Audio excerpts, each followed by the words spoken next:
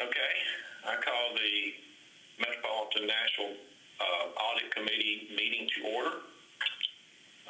Roll call, Bill or Lauren? Okay. In no particular order, Mr. Reed.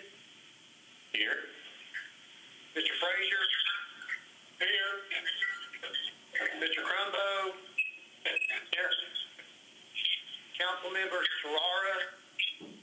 Here. Councilmember Ruffle. Here. And Vice Mayor Schulman.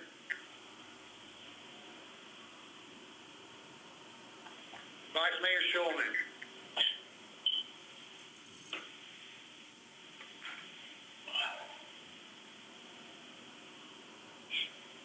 Okay, I'll assume he's not here, and but we still have a quorum.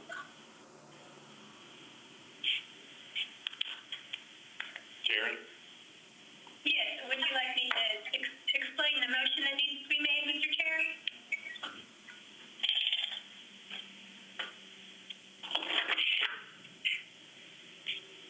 I'm sorry, can you hear me? Yes. Do you need me to explain the motion that needs to be made? Can everybody hear Terry? Yes, I can hear Terry. I can hear. Okay, go ahead.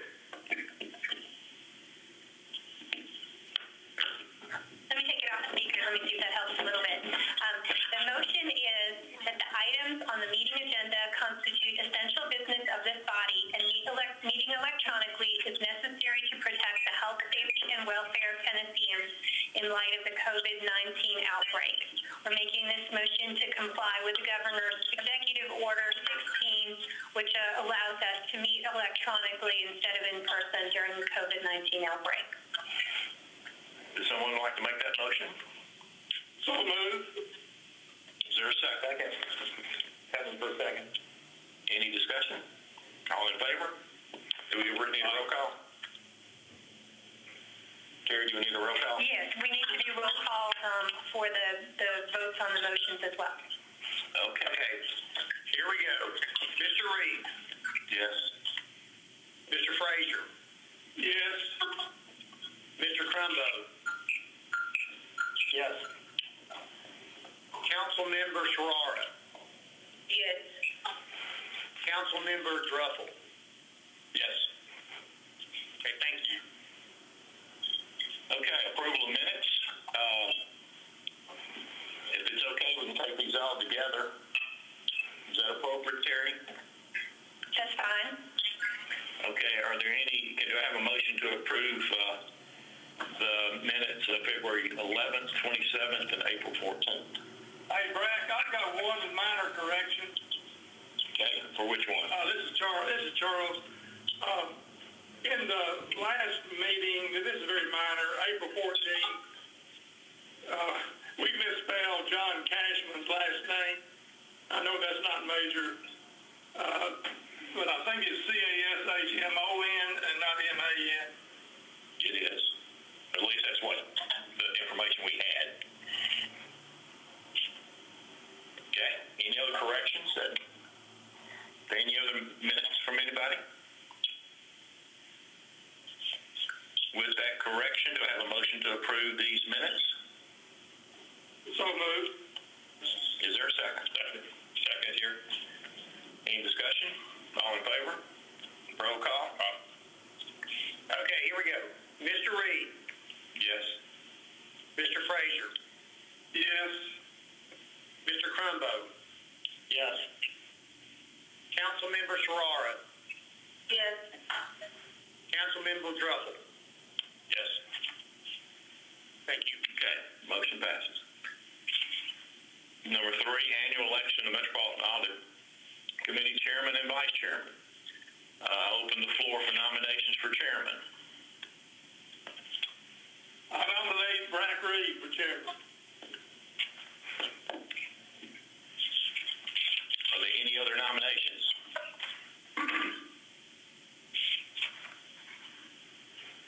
Okay, close the nomination. Roll call. Mr. Reed. Yes. Mr. Frazier. Yes. Mr. Crumbo. Yes. Councilmember Ferrara. Yes. Councilmember Druffel. Yes. Thank you. And now open the floor for nominations for vice chair.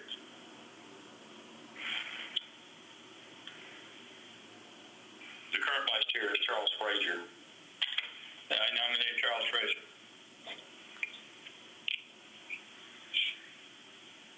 Are there any other nominations?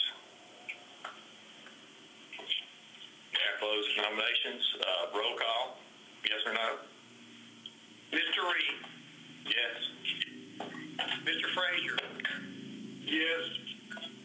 Mr. Crumbo. Yes. Councilmember Ferrara. Yes. Councilmember Druffel. Yes. Thank you. Okay.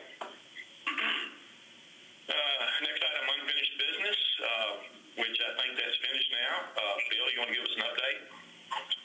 Thank you. I'm very happy to announce that last week the audit committee met, interviewed the remaining candidates for the Metropolitan Auditor position.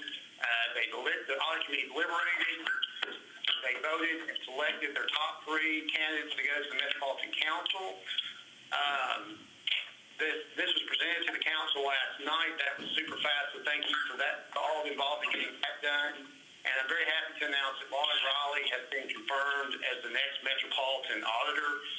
We want to thank the Metropolitan Audit Committee. This is a very important position, particularly from our perspective. I appreciate the work that's been put into it, particularly the last couple of months where it's been really hairy in terms of schedules and competing priorities and whatnot. And we're very excited about Lauren. We know she's going to be a great director, and she's going to contribute great things to the metropolitan government.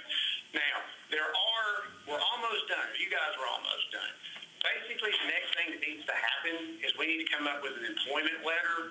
We can draft that. Somebody on RN can draft the letter. But there's 3 things in the letter that the audit committee needs to make a determination on. The first, which is fairly easy, is the start date. The second will be Ms. Raleigh's leave time. And then finally, her salary. In terms of her start date, we were thinking May 4th, primarily because that's the start of a payroll period, and from an administrative standpoint, it's a lot easier to start somebody or promote somebody when the payroll period starts, but that's fluid. In terms of, I talked to Wanda yesterday about leave time and salary. Leave time, traditionally, when you have a director position that reports to a committee such as the audit committee, they're not civil service, but they do follow civil service guidelines in terms of lead time.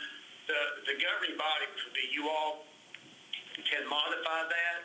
I know Mark modified his a little bit where he got basically an extra week. So where the first 5 years most people get 2 weeks, Mark got 3. From 5 to 10, instead of 3 weeks, he got 4, that kind of thing. In terms of salary, this is probably going to be the more most of the discussion on. The range for this position, it starts a little bit below $99,000, and it goes all the way up to a little bit above $188,000. Now, I was talking to Wanda yesterday. She suggested a good place to start the conversation would be right at about $125,000. And then to throw just a couple other numbers out there to give context. Mark, when he started in, I think, 2007, he was making $130. When he left last year, it was $156. And then the midpoint for all of this is about $145. But those are the 3 things that you guys need to vote on, determine. We can put it in the letter, and then the letter will be signed by Mr. Reed, the head of the HR Human Resources Department, and then Lauren. Is there, excuse me, go ahead, Tom. I'm sorry, this is Tom. Is there any retro with the lead where, since she already has 6 or 7 years with Metro, that somehow is incorporated in the package? It can certainly be.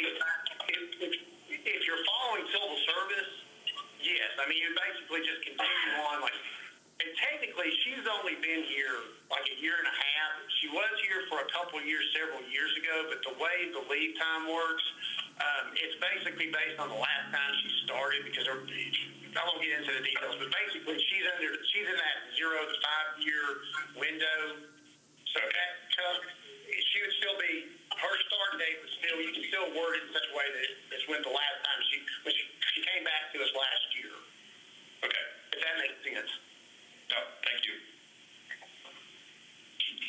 Did Wanda have a recommendation on the leave time?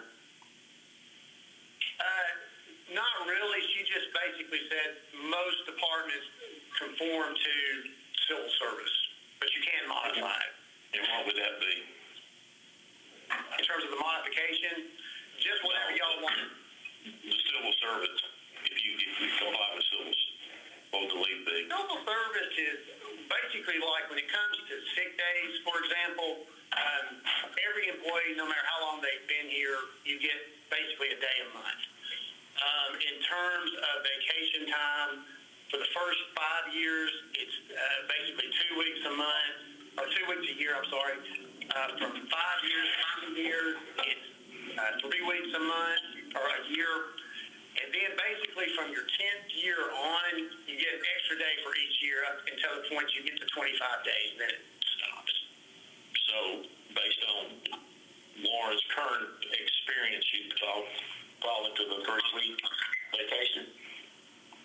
Well, that's what we did with Mark. Mark got basically, they gave Mark they just upped him a week from what the civil service rules said. So when he was in that 2-week window, Mark got 3 weeks instead of 2. When Mark was in that, where most employees would get 3 weeks, Mark got 4. I think to be consistent, sorry, I can't tell if someone's talking, but anyhow, to be consistent, I think we would be, unless there's a different opinion, consistent with what Mark got. Okay, wait. Attorney, do you have any comments about this? This is a little bit. I would defer to HR. I would say, certainly it's fine to go with what civil service rules recommend, although this is not a civil service position, but it is also fine. It is at your discretion to add a week to that. Right. Hey, so you're saying, Terry? Yeah, Kevin. I don't want to go ahead and ask your question, Brack, then I'll provide a comment. Yeah, I was trying to get clarification on these 3 items. What does HR recommend?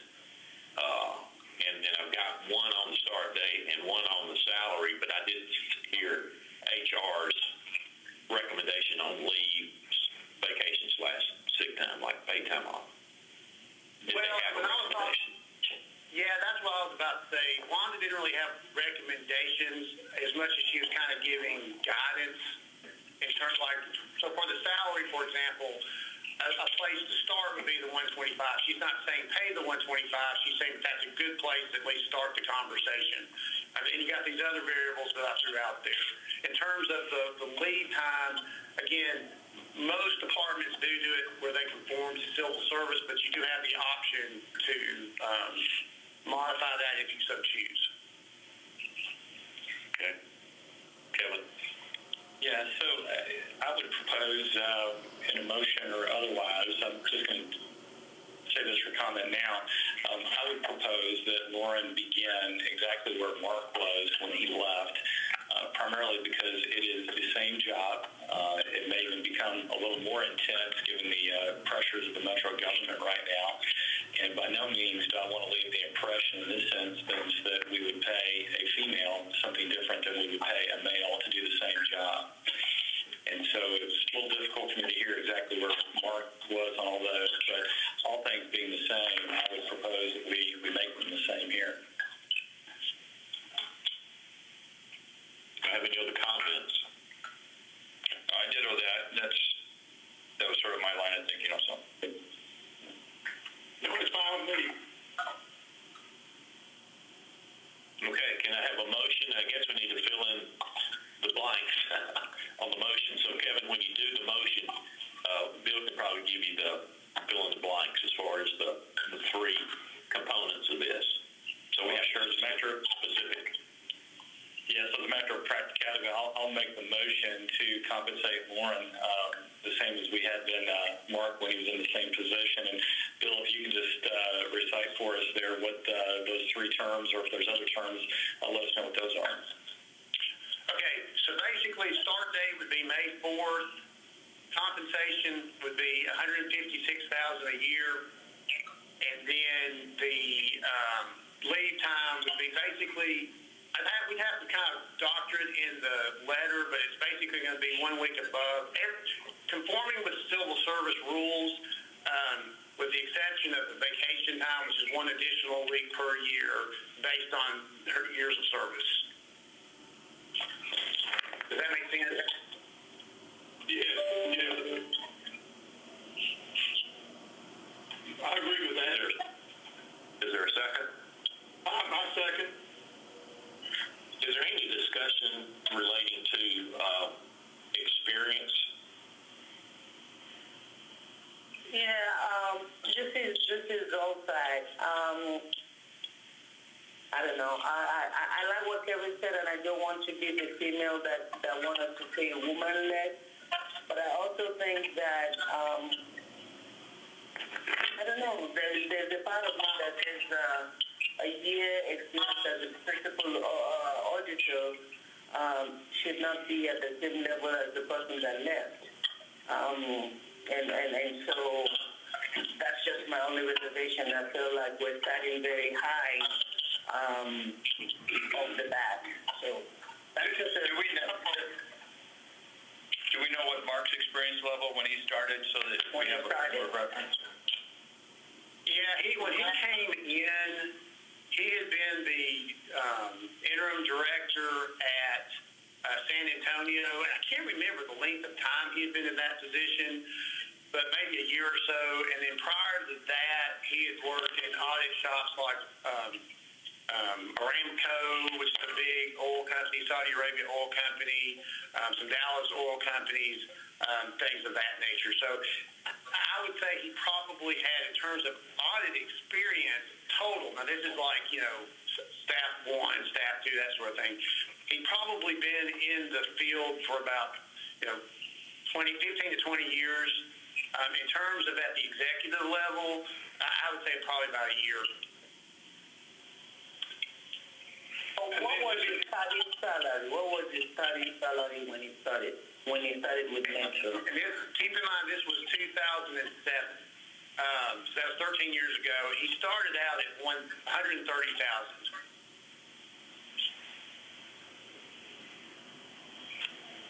Well, just to compare apples and apples, Bill, how many years of audit experience does Lauren have?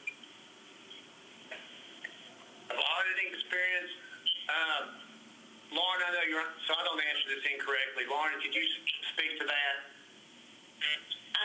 So my whole entire career has been in audit, which is about 12. I'm trying to think. I'm going to date myself now. It's probably been, I believe, about 12 years of audit experience.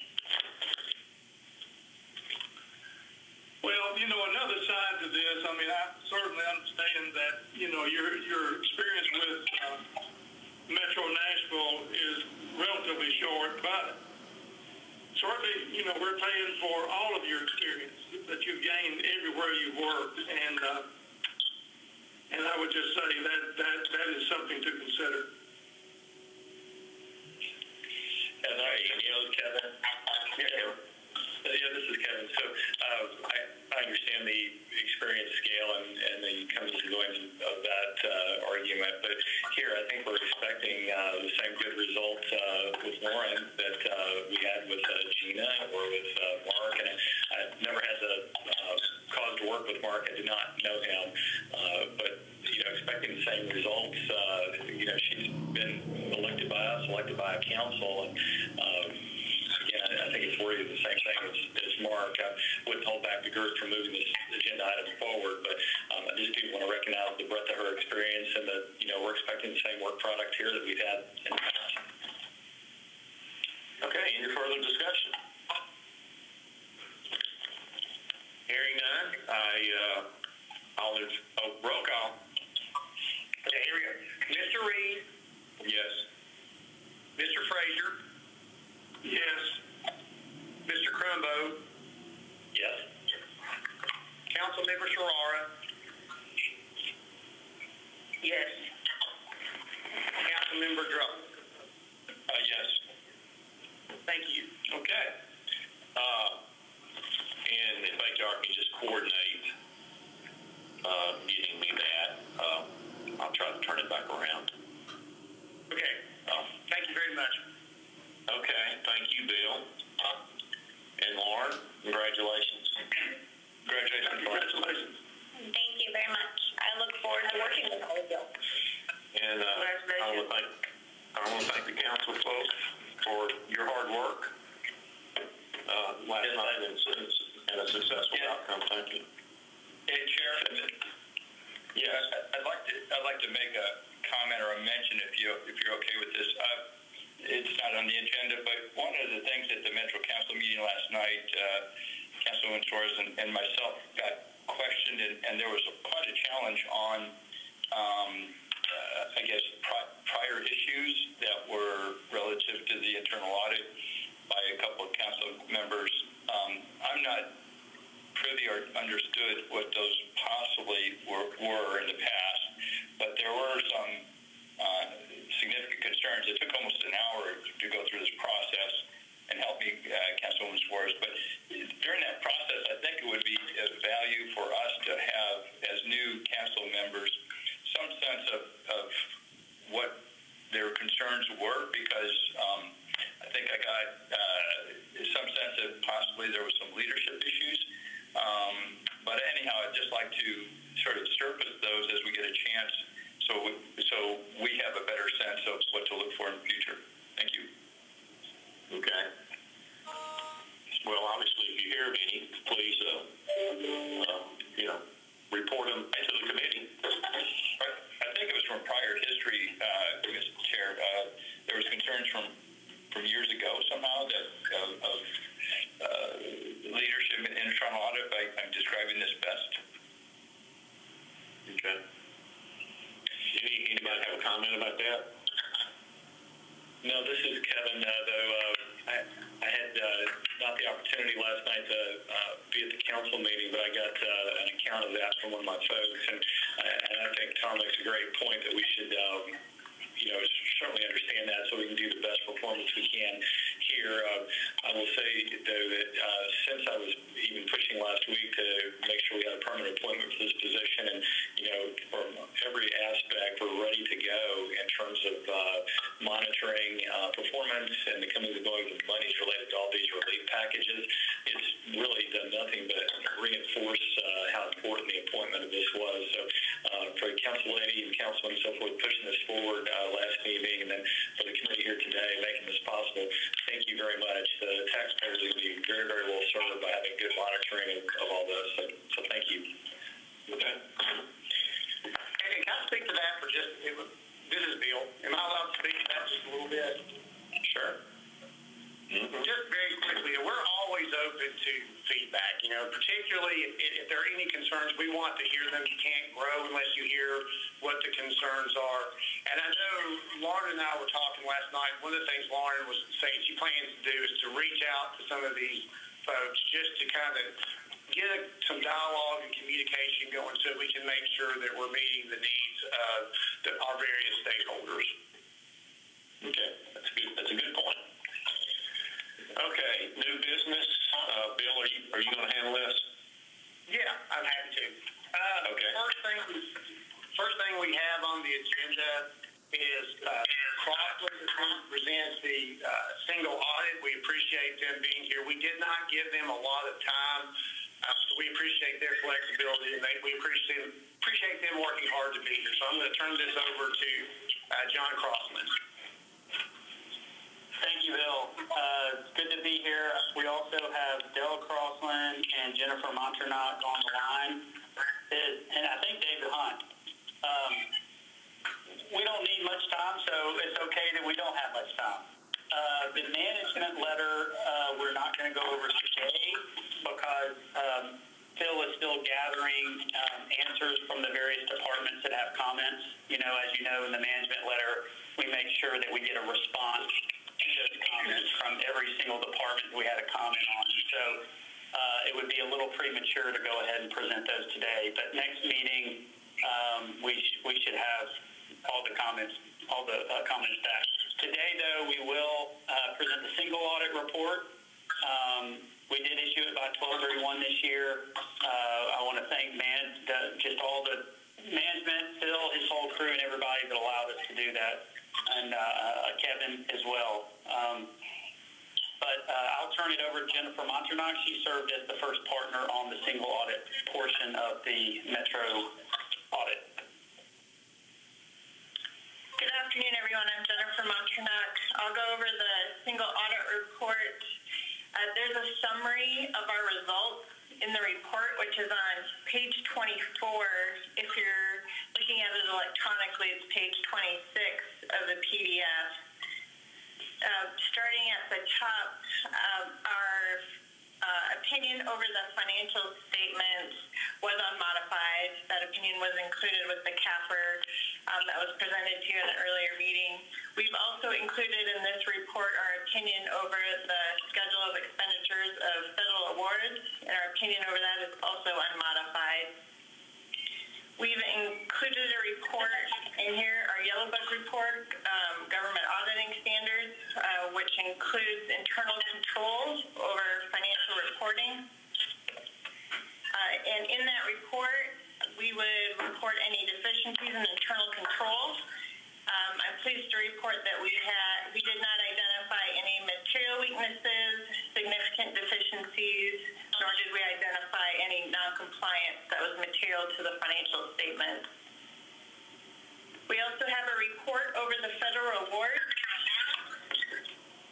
Included in that report, we have not identified any material weaknesses or significant deficiencies, nor did we have any findings over the major programs that we audited in 2019. And our opinion over the programs that we did audit was unmodified. On the next page are those major programs that we audited. They include the Child Nutrition Cluster, Title I, the Low-Income Home Energy Assistance Program, the HIV Emergency Relief Grant, Title II, and the Magnet Schools Grant. The dollar threshold to distinguish between Type A and Type B, which is part of our selection process, was $3 million. So all those programs that we audited had over $3 million in expenditures related to them. And then if you flip to page 27 to 29 in the PDF, this is a summary of our prior audit findings. We had a finding last year over the federal awards, over the preparation of the CFA, and that was corrected during 2019. So we have included the status on that. And then some findings that were required by the state of Tennessee, both of those were corrected in 2019 as well.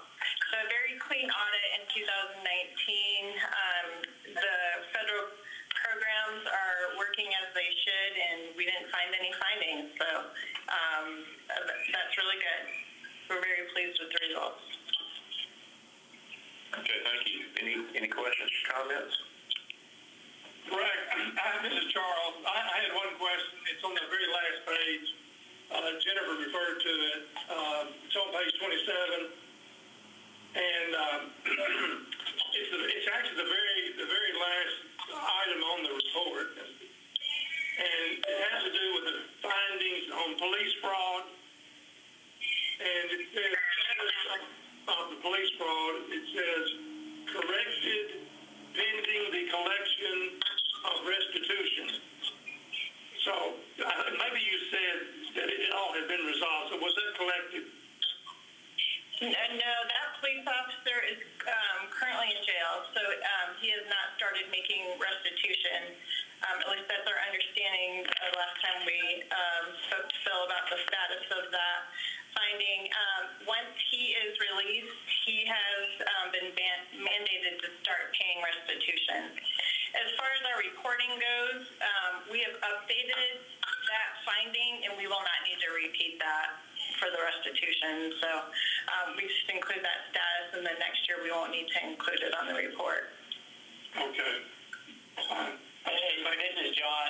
Yeah, this is John. One place that will be, Jennifer's exactly right. We won't need to report this in this report next year, but we do file with the state a schedule of fraud and abuse, and I anticipate that will be on that report until it's fully paid or forgiven. The courts get involved and forgive some of it, and either forgiven or paid. Okay, very good. Any other comments? Hey, thank you, John. Jennifer. Thank you. Thank you. Just a reminder, this is one the committee needs to vote on to accept. Oh, we do? I thought we already accepted it. I think you accepted 2018 because we had presented it 6 or 9 months before, but I think you forgot to. Is there a motion to accept? So moved. Is there a second? Second. Okay, roll call. Okay, Mr. Reed. Yes. Mr. Frazier. Yes. Mr. Crumbo. Yes. Councilmember Sharara. Yes. Councilmember Druffel. Yes. Okay, thank you. Okay. Passes. I do have the question. Yes. I believe we were supposed to look at the audit report as well as the management letter comment, and we were told that the management letter comment is not ready. So the motion that we had, is that just for the, I want to clarify that we've not accepted the management letter comment because we don't have that yet. Yes, that would be correct. Just a single audit report, correct? Yes. Yeah. That's a good point. Good clarification. Any others? Thank you. Next item. Okay, the next one really technically should have probably been on old business. This is something we've been addressing for a while. It's under new business. But it's the architecture and engineering vendor audit. And I'm going to turn that one over to our new Metropolitan Auditor, Lauren. And Lauren, I'm going to turn this one over to Vice Chairman since I have been recusing myself on these discussions for this item, okay? So you got it, Vice Chair. Okay. Okay, so we briefly discussed this at the last meeting, kind of giving y'all a preface of what was about to be issued. But these are the architectural and engineering vendor audits. They were 4 vendors that were looked at by 2 of our contractors. Our office was completely independent of these and did not perform any work on them. Only work we performed would be administrative. But what our 2 contractors did was they applied an audit program that was created by our former Metropolitan Auditor and our former Finance Director across all 4 vendors. These were the top 4 vendors as far as payments that we had. So once these 4 vendors were looked at, one audit report was released with 4 individual sections within it.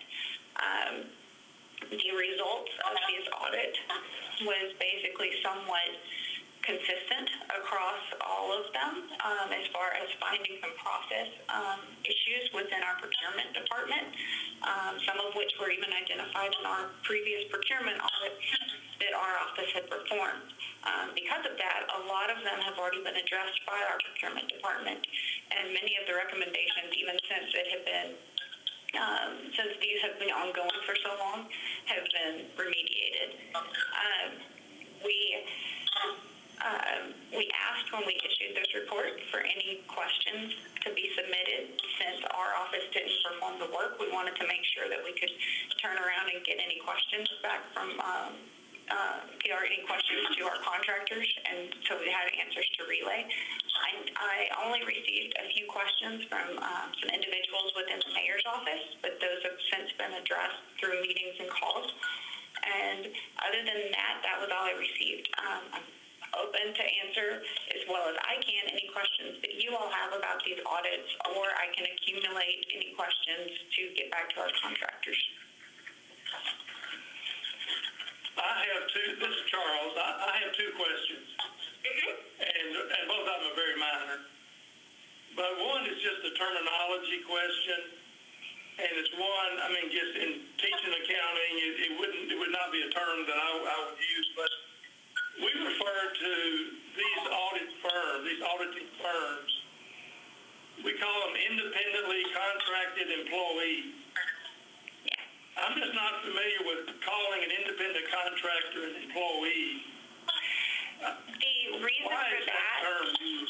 The reason for that terminology was, if you may recall from our executive session, which we did have an executive session to go through some of these back in July or August of last year, one of the contractors that we used chose to sign their letter or contract with our office, it's saying that they chose not to be branded. They didn't want to be identified due to third-party liability, since these were audits of both internal Metro as well as our vendors. And so they requested that they be called contracted employees, as if we were treating them like they were doing work under our oversight. And that's the reason that terminology is used. Well, it's really unusual terminology, yes. Maybe to an accountant, but it may not be to a person on the street. But anyway, that just struck me sort of odd.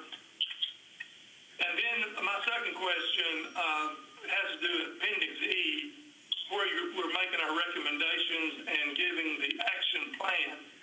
Mm-hmm. And as we always do, we give a proposed completion date for our recommendations. Many of the dates is December 31, 19, and then we have a few that's February 29, 2020. And this question we've raised before, and other recommendations is, have we or will we go back and review that these recommendations have been followed through and completed? Yes, this is also something that will kind of be addressed later on as well.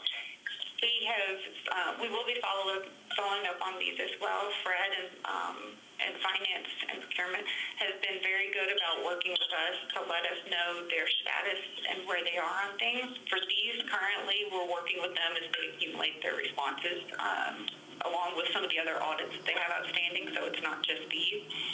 So we're waiting on responses for them, but they have been responsive and are working to make sure that. And when they do respond, what we are asking for is some type of support, so that at least we can look at the support and then determine how much follow-up we want to do with that. And that's going to be within the hours that we have on our audit plan for follow-up audits.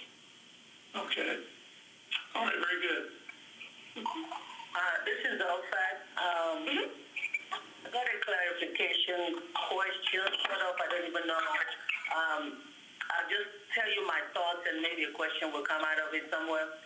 My understanding, based on what I've heard around from the council, is that there's a perception that one of the architectural company, one of the ones audited, that there is a possibility of payment without the work actually being performed or not performed to date or not performed to par and a lot of things like that, and consistently being given contracts over and over.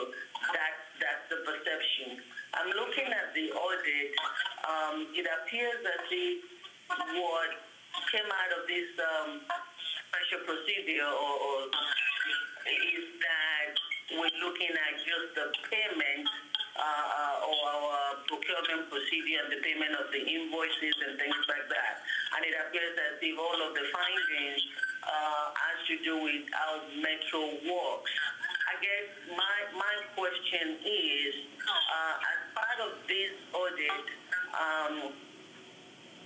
did anyone look at, and I'm I'm going through it, I'm looking at processes for approving the invoices and things like that. But I don't see anything that ties it back to the actual work being done, which I thought was the intent of the audit to start with. I don't know if I'm making any sense with the question, but I'm looking at it as if all we're looking at is how Metro does business, and not necessarily looking at the procedure as it pertains to the vendors themselves. So any thoughts on that? You are correct. This is also similar questions that someone which I met with in the mayor's office kind of had some of that same questions. This vendor audit program that was developed did look more at the process of review with the reliance on the person reviewing the invoice or department reviewing the invoices or any charges, that they would know whether or not the work had been done. The contractors that we used did not have any type of expertise in analysis of whether or not things were done. What they were doing was, you're correct in what you're saying, is that they looked more across, are these same people billing five Metro contracts because they know that Metro the departments only look at their contracts. So did they have days where there were excessive number of hours? They didn't say, did the work that was on those invoices actually happen? But since this was done not with us having too much input, the way it was laid out, it did not address what your concerns are, and you're correct. Okay, any other questions?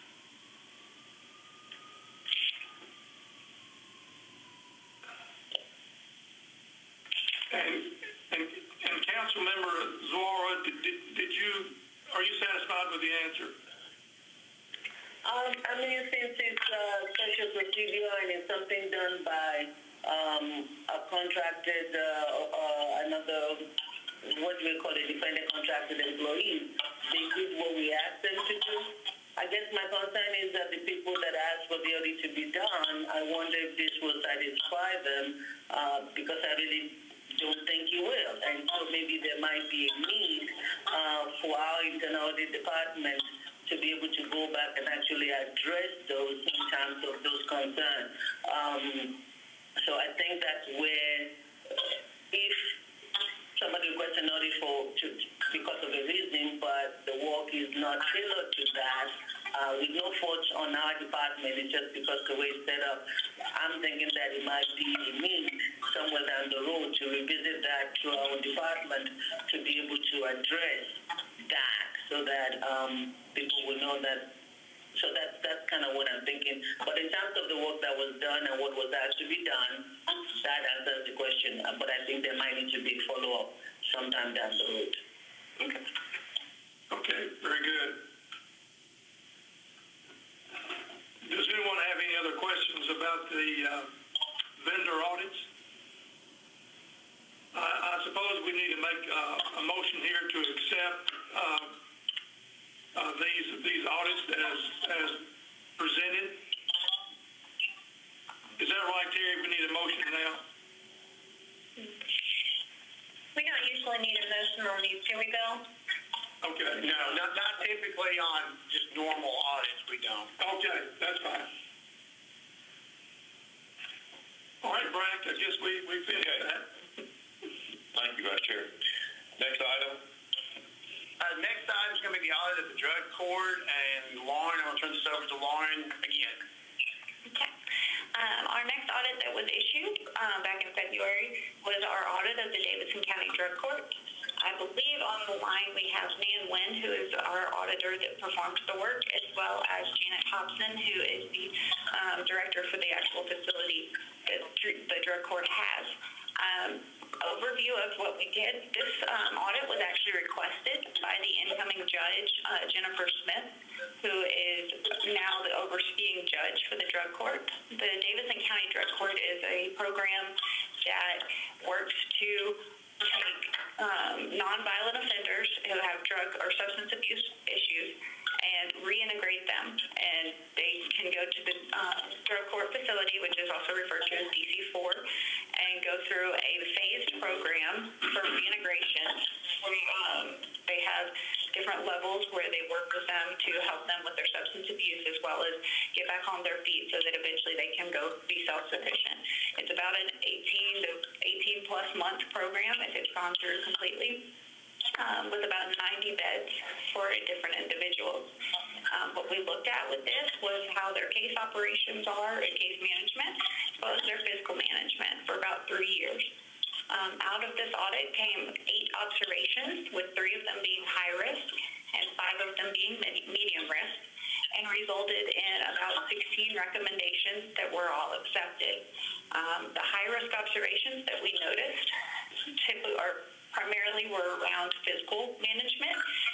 They have money orders that they received, and there was a lack of chain of custody, segregation of duties, and logging of those money orders, which left them susceptible to theft or any other type of mismanagement.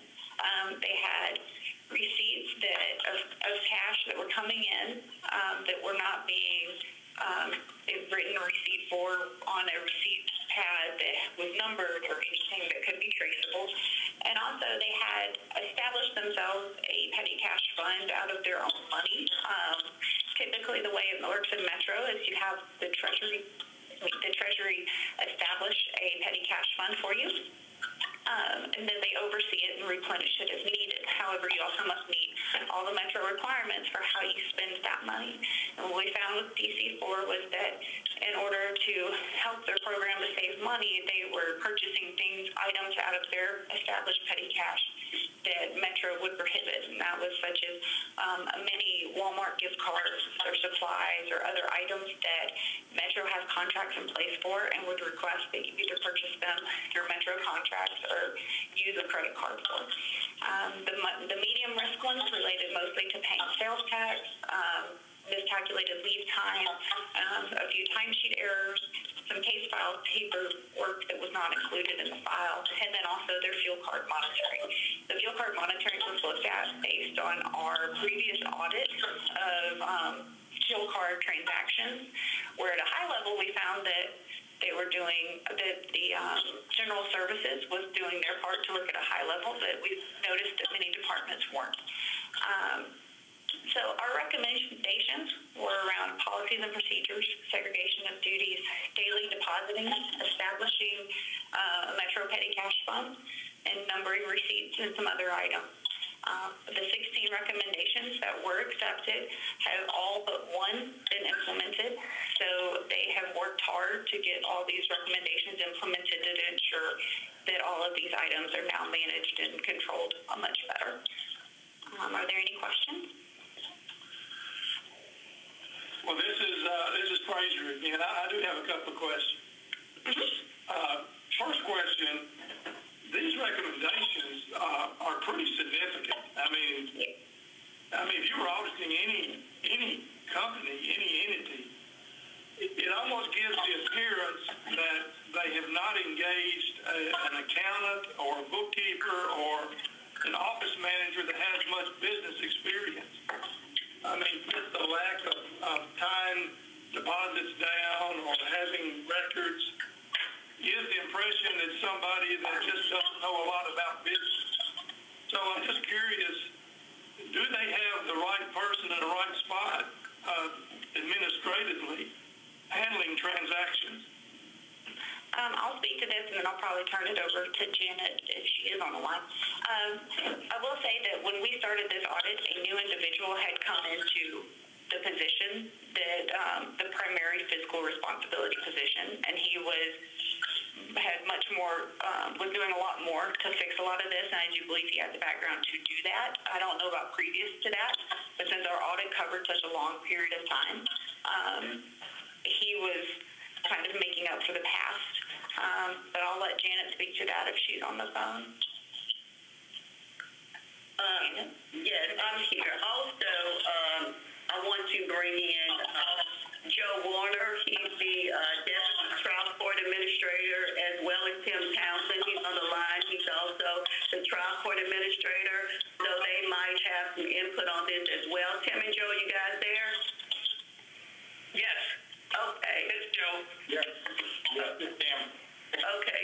did you want to comment any on that?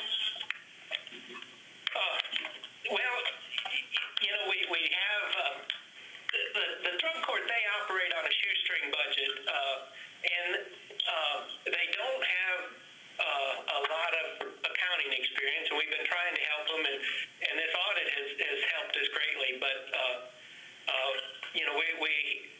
this has opened our eyes, and we're trying to implement all the recommendations, and we have for the most part.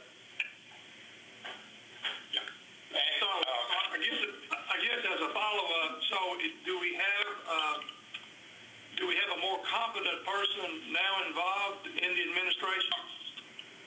Mr. Bracer? Yes. Yeah, this is Tim Townsend, and I work with state trial courts who do have the administrative oversight of this. Prior to Judge Smith taking over, the previous judge who was in charge, he had created this program and had done a great job getting it up and running. And then when Judge Smith took over, probably a year and a half ago now maybe, he the help from our administrative office, and we got with them, and she was very open to the ideas to make sure that we follow Metro policies and procedures, and that we started doing things a different way. And it's very hard to take care of. This is basically a 24-hour facility that you have to operate on, and you may have to buy things at night. You may have to run out and grab certain items, either for hygiene or drugs, because you have to provide the medication to these residents. So it's kind of a tough balancing act to try to make sure we meet all the rules as well as we'd like to meet the needs of these residents that are out there. So we're trying hard, and I believe that Lauren Lauren and Nan did a great job. We appreciate them coming out and to do that review, because we have been wanting that review for quite some time to make sure that we comply with Metro. So we're working hard. We feel like we've got the right people in the right place with the funding that we have. Every dollar we have to account for, we have to try to find, and a lot of these deposits and this revenue came from the residents would chop wood. And then some people would come by and buy wood, $30 or something, and then they would take that money and put it in to their account and then buy the necessities, toothpaste, or just the different things that the residents need. So I do believe that it's going to sound ground out, and we'll look forward to the next audit. Let me also say that Judge Smith has been very receptive to suggestions, our suggestions, and the auditor's suggestions, and we think we're on the right track. And let me also comment, this is Janet Hobson, that this program services criminal court felony offenders with alcohol and drug addiction. And we have approximately anywhere between 80 to 90 long-term individuals in our program with a history of addiction, and we have very little money coming in from the state. So we're constantly trying to look for grants because this is a long-term residential facility that provides 3 meals a day for participants that the court has entrusted us with. It has been a challenging trying to continue to fund this very vital and needed program in the community, especially with the onset of opioid addiction around the country and around the world. We have not had an increase in our budget in probably over 8 years or so. We are primarily funded by the state. We receive monies from $35 per diem rate from the Department of Corrections, there has not been an increase in that budget. Yes, there is with there being an increase in the amount of money we have going out to sustain the program. I don't think we've had an increase in that. And correct me if I'm incorrect, Joe, in about 8 years or more. We are also funded some by the Department of Mental Health and Substance Abuse Services for a little over $450,000 we receive annually, and we just got an increase of that for an additional $50,000 in this year's budget. So most of our monies come from state housing and treating individuals addicted to, severely addicted to drugs and alcohol. We do get some money from Department of Highway and Safety for individuals with DUI issues. So, I said all that to say that we do a lot for the participants. We don't have a lot of staff that we can afford to pay to add on to specialty. We have counselors, licensed counselors here, and so forth, but we're paying our staff the bare minimum in some cases, still $20-something thousand a year for some of the security or monitoring staff. So it's been a challenge, and we continue, our primary issue is continue to find funding to support this program. We don't receive any Metro dollars, but we do, we are housed in a Metro building, and we have Metro vehicles, but we don't actually receive any dollars for the operations of the program. Okay, well, quick note, and nothing to do with the audit, except I was there on a tour, and it's a very impressive court, what they do and how they turn some lives. Glad you're making progress. Thanks. Thank you. Well, I appreciate the work you do. It's an excellent program. I appreciate it. Now, my other question was, I guess, for Lauren. There is in connection with this, there's a drug court support foundation, and they receive about $400,000 from the drug court. Does that come under our audit profile? Do we reach out and do anything with that? As far as we looked at, one of the pieces was the money orders. There's a percentage that the residents pay to that drug court foundation. That is what we tried to tie out, but we weren't able to do that with the foundation. We looked at what the foundation was doing for the drug court to determine whether or not the amounts paid to the drug court were reasonable or within their contract that they have with the drug court. So we looked at it from that perspective. As far as looking what the dollars that the foundation received, as far as if they spent them the way they were supposed to, we don't have authority to look out there, since they are a private, or not a private, but they are a charity organization that's not tied to Metro. So we didn't go that far. Okay. All right. Very good. Thank you. Those are all my questions. Anybody else have anything? Go ahead. I want to reiterate the great work that the court is doing. I'm already told that too. The question that I have, more like a clarification of the one looking at it, has to do with the residents that are working and making money.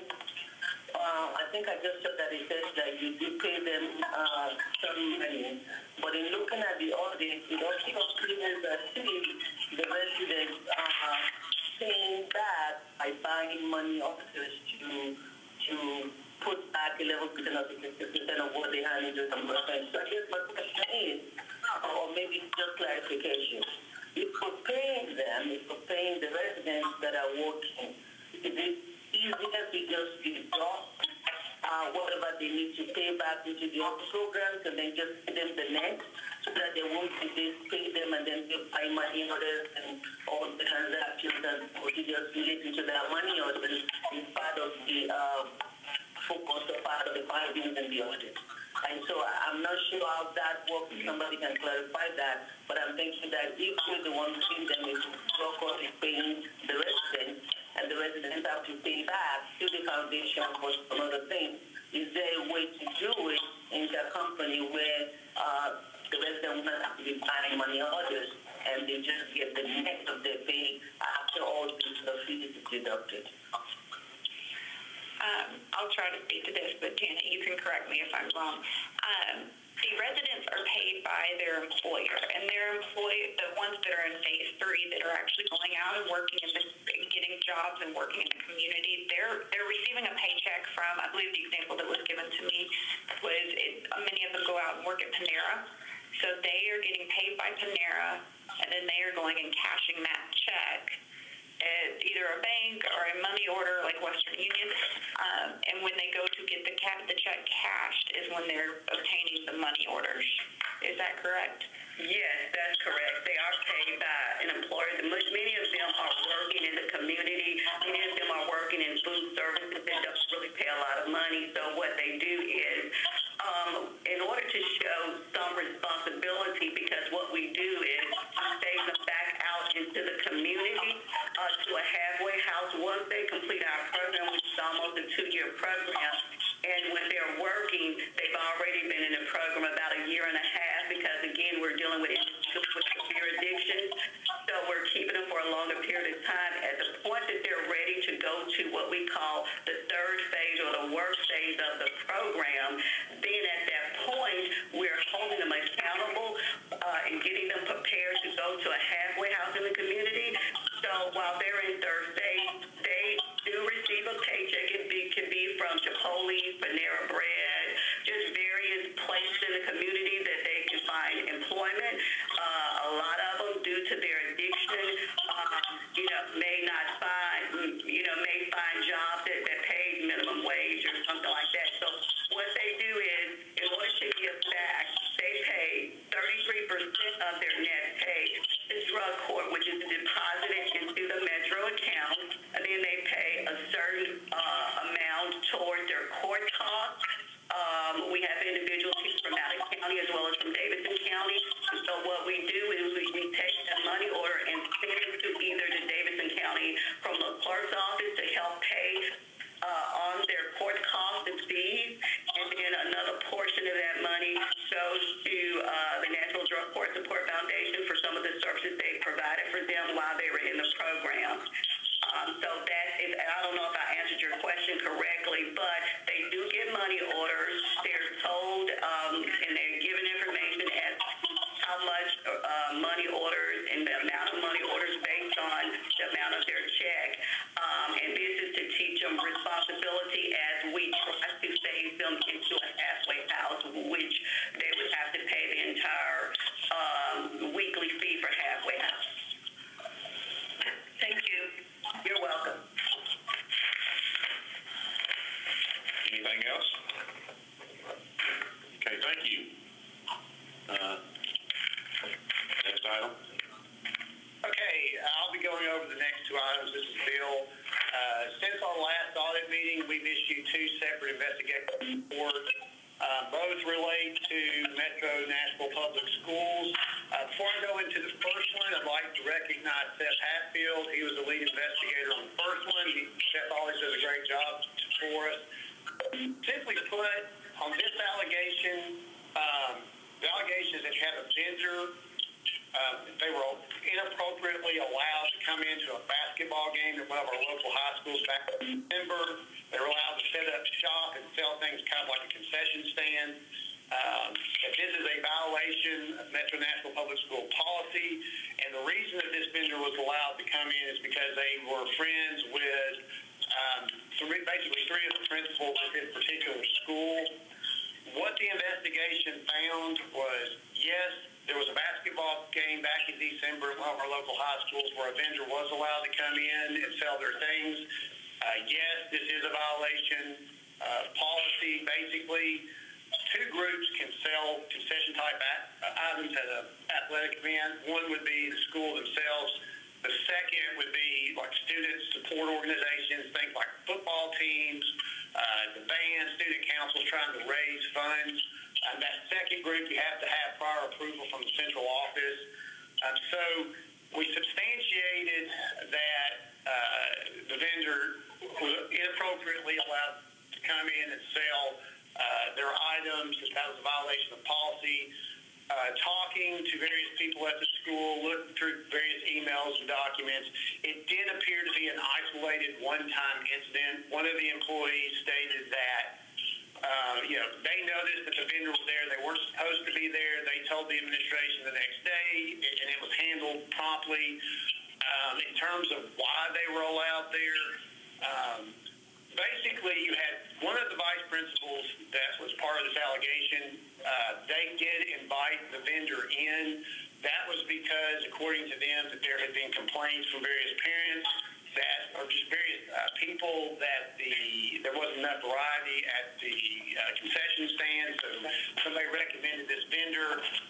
There wasn't enough proof. Sometimes it's hard to prove friendships and things like that, but there was really nothing that we found that would suggest that this was anything but an isolated incident or that it was based on friendship. So that's basically it on that one. Any questions?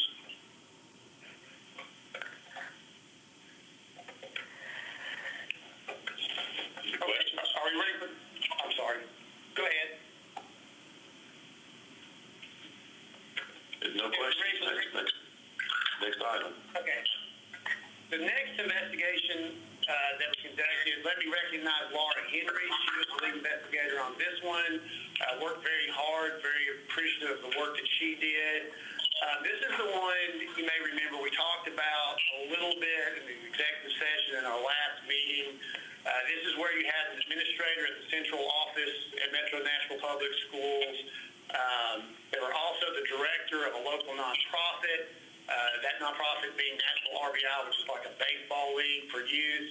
And Metro had a relationship with this particular nonprofit. In early January, you had media reports coming out saying that this was a conflict of interest, and they gave various examples of how this conflict of interest had manifested itself. We received a letter from the director of schools. Basically, if you look at the report, we presented it as there being one general allegation, and then you had four specific allegations that wrapped up into the general allegation. The general allegation is, was there a conflict of interest? And that, with the investigation, found yes. Well, then the next question is, why was there a conflict of interest? Sometimes you can have an inherent conflict of interest, an appearance of conflict of interest.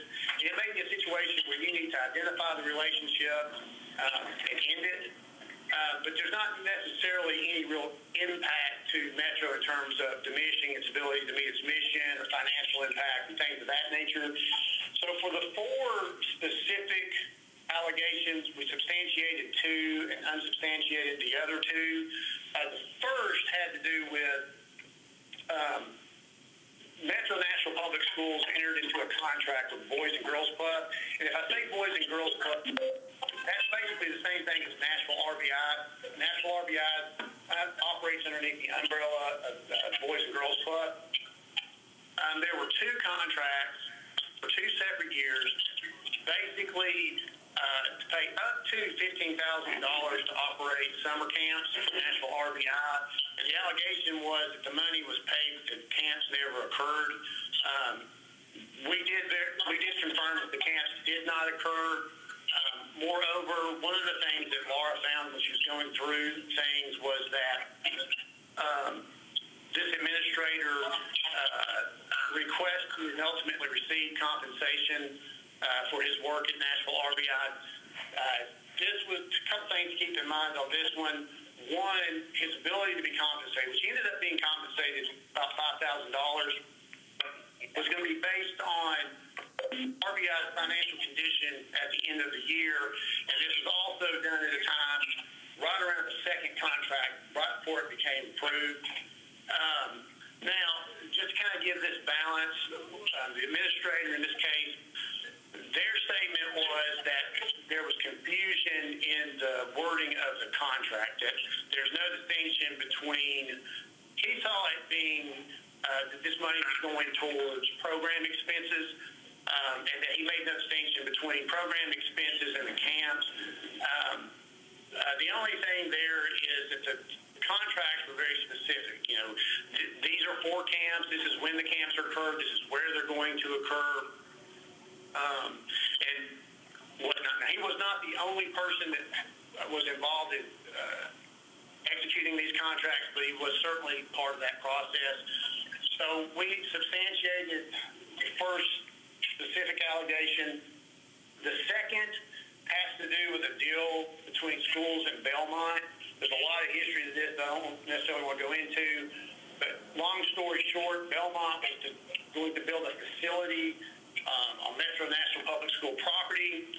Access to this property, this facility, was limited to 3 groups. Belmont, which makes sense, the schools, which makes sense, and then Nashville RBI. There was also, in the wording of the contract, there was the potential. Belmont was going to pay Metro Nashville Public Schools a certain amount of money each year. Part of that, $20,000, was going to go to Nashville RBI if certain financial conditions were met. Specifically, there's an extended learning program, and if schools funded this extended learning program to a certain level, then Nashville RBI would get $20,000 of this payment. Now, none of this came to fruition because basically things started coming out and they shut this deal down and they're renegotiating the contract now. But it was structured in such a way, and he was part of the conversation, wasn't the only one, where you could, Nashville RBI was going to receive payment. Then so we substantiated that one. The final 2, one has to do with having work done on Metro baseball fields, basically for Nashville RBI events. We looked at that. 2 things. One, they did go through the normal process and made the request of the normal channels. Also, the work that was done is really minor. It's the kind of stuff you'd expect your maintenance department to be doing anyway. So we unsubstantiated that one. And then the final kind of allegation has to do with where his son received a scholarship from Nashville RBI. And I think we talked about this a little bit last time, where that was actually, somebody had made a donation to Nashville RBI, had restricted those funds straight for, only for scholarships, since that really didn't apply to Metro money. We didn't really go any further with that. But overall, when you take all this into consideration, you know, I do think it's important to note that he has been with Metro for 27 years. He has had a very good career with Metro, very well respected. But unfortunately, when you look at, you know, if you work for Metro in a management capacity, you're working for another entity that Metro has a relationship with in a management capacity. And then you have public resources being spent for this this entity that you're a director of.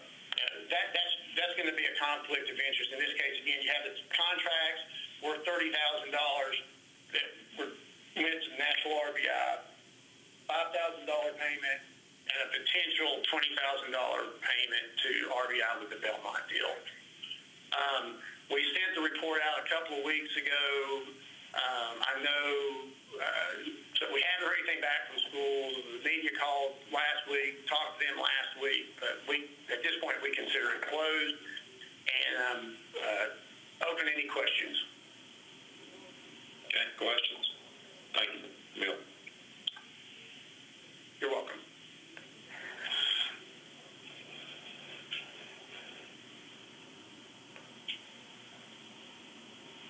Okay, seeing none, next item. Okay, the next item is ongoing projects. We have 6 projects going on currently. 3 are in the report. reporting phase. One is in the fieldwork phase. Two are in planning. I will say, with this new situation and things of that nature, we're doing the best we can not to interfere with departments' operations any more than we have to. But that's basically where we stand on projects. Are there any questions regarding what projects? Okay, the next item on just a quick question on the planning stage. How far out, when you are in the planning stage, how far out then do you actually get into the audit stage? It depends. It really depends on how big the audit subject is, how complicated it is, how broad it is. Sometimes I'm a personal big believer in planning because I think if you plan well, your field work and reporting goes a lot smoother. But I'd say typically on an average engagement, I would say 40% we allocate towards the planning. But again, it really just depends. If you're doing something like a credit card statement audit where there's not a whole lot to learn, you can get those knocked out real quickly. If you're doing like a big capital project engagement or just something that's a little bit more sophisticated, it's going to take a little bit more time. Yeah, I guess the sort of a question that just in terms of timing, the Metro Nashville Public Schools Capital Projects Program, I know Kevin and everybody's working on capital projects. It wouldn't be till probably the fall more so, but I'm just curious, do we get that before that time, or are we looking at 2 or 3 months out so we'd have that in time, or capital budget recommendations in October? Oh, I would. You never know until you actually get out there. And I will say things are slowing down a little bit. Trying to work with people, working remotely and things. But yeah, we should certainly have a report out by fall. Okay, thanks. I can also speak to that since I'm managing that project. We're wrapping up the planning on that part, actually. One thing that kind of helped us was the investigation that just was completed, because it had somewhat to do with some of the processes around capital projects because of the Belmont deal. So the planning on that one is wrapping up, and so it'll go into field work very soon. Okay, thank you. Jen? Okay, the next item, I know, I'm sorry, are we ready to go forward? Yes. Okay, the next item has to do with recommendation follow-up. Lauren's taking the banner on that one, so I'll turn that over to Lauren. Okay, based on the last audit committee meeting, our office sent out letters. Well, we haven't done the physical ones because of, unfortunately, the various things that have happened in Nashville, but we did send out emails with the letters attached to them. They're strongly worded, and they make the departments very aware that the audit committee is taking seriously the implementation of recommendations. The way that the letters were worded was, if you have implemented anything, outstanding recommendations, tell us when they were implemented and give us supporting documentation for how they were implemented. For anything that required a revised date or a change in date, we would like to know a detailed explanation as to why they needed a change in the date. And then lastly, if you have any that aren't due for 3, 6, 9 months, are you working towards getting them? Is there anything that could be in your way to getting to it, so that we have a heads up now as far as maybe potential obstacles or things that could pop up so that those aren't going to be implemented? We had a really good initial response. I believe on the spreadsheet that's in the workbook, there's 14 out of the 19 departments that letters were sent to responded, but actually it's 15 since then. Some of the changes that have happened were since the initial creation of the document that y'all are seeing is that additionally MNPS, Metro Nashville Public Schools, has cleared their 1 recommendation. The fire marshal cleared 8 out of 10 of their recommendations, and the drug court cleared 15 out of 16 of the recommendations. We're looking at the support that comes back with it. We're looking at the explanation. And so at the next audit committee meeting, we hope to present here the departments that did respond, and here are the, if they have any changes or anything else, here are the explanations as to why they were changed. Who would you like us to call in to speak with you? And then any departments that don't respond. And also, but I do think that this is helping to clear the recommendations and also giving us the opportunity to look at the support. And we plan to follow up on these continuously, at least until the next audit committee meeting, to give departments plenty of time to respond. Are there any questions? Very good. Yes, it's a good report. Thank you. Okay. Okay, the next item, just one more item, kind of quick overview of the budget. We're way under budget this year. So we've had Mark's position, which is $156,000 that's been unfilled. We have an auditor position for $50,000 that's been unfilled, and we haven't totally utilized our consulting budget. So at the end of the third quarter, we had not spent half of our budget, so we're looking good in terms of being our budget's looking to being under budget. Okay. Well, Bill, this is Kevin Watt. Admire your courage. I do question your judgment in telling the director of finance that in the middle of a budget crisis. Right. Well, we have spent 90. There is a chunk of the consulting that is being used for the election commission audit that has not come out yet. So we will be utilizing the consulting budget more so. I'm just teasing with you in the middle of a rather challenged moment for Metro and after its financial life. So thank you for everything you're doing. That was a great report. Okay. Is that the end of the agenda, Bill? It is. And our next meeting is scheduled when? June 23rd, 2020. Okay.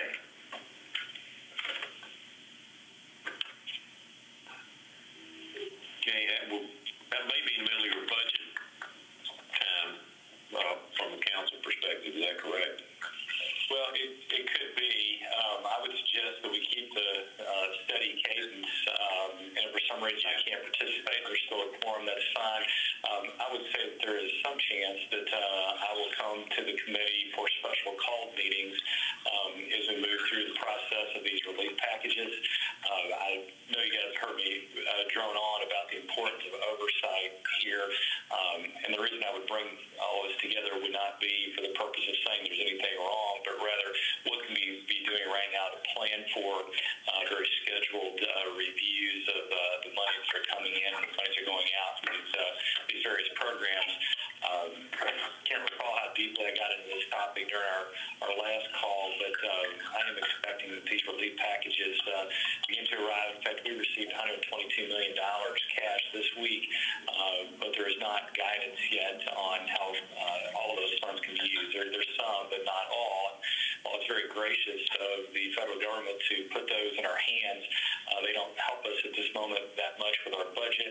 And again, they don't come with a lot of guidance. And so as we, look to the future years where these things may roll out, they not only need to be monitored internally, but I am expecting the Inspector General, perhaps other oversight bodies, to keep an eye on those funds, not just here, but everywhere. And so from the get-go, as you can tell, I'm trying to establish very good processes, internal and external, to watch over these. Yeah, I remember from the flood money, there were special audit requirements and tracking and things like that. So I would assume it will look. There are, and you're right. In fact, all things flood are not yet wrapped up with FEMA. Yeah. And keep in mind that was seems like yesterday, but it was a decade ago. So it was. Yeah, so as I think about the course of these, I look in a similar fashion and just want to make sure we know where every penny of that money comes from and where it goes. Okay. Terry, I do have a question for you.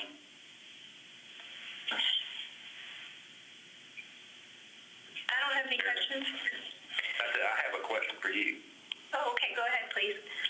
I'm looking at proposed agenda items for our next meeting, and it's the annual performance review of the Metropolitan Auditor.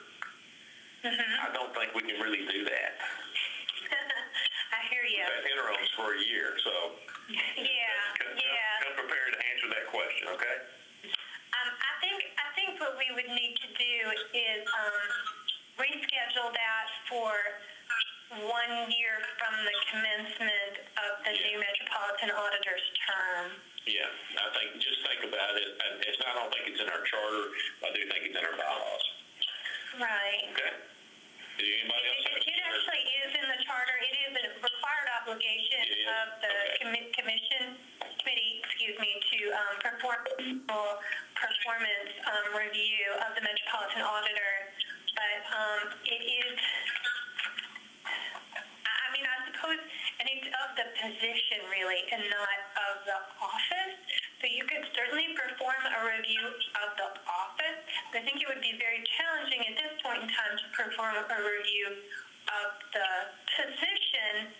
I mean, I guess you could kind of retroactively do a review of Gina's performance or Bill's most recent performance as interim. But in terms of, I think the purpose of it is for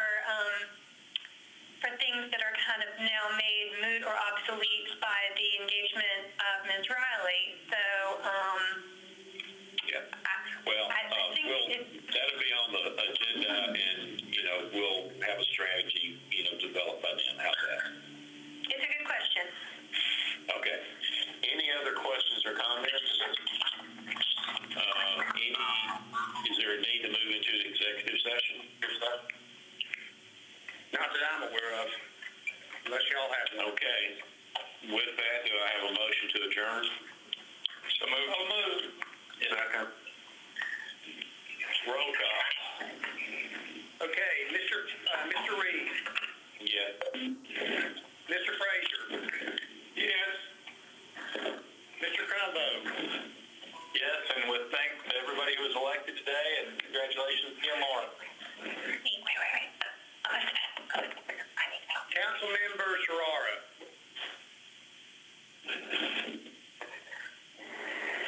Councilmember Sharara.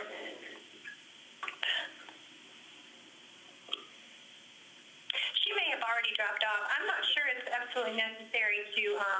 Okay, then I think you can do that one by unanimous consent. I'm just trying to follow the rules. Okay, all in favor to adjourn? Aye. We're adjourned. Thank you, everybody. I appreciate it. Thank you. Thank you.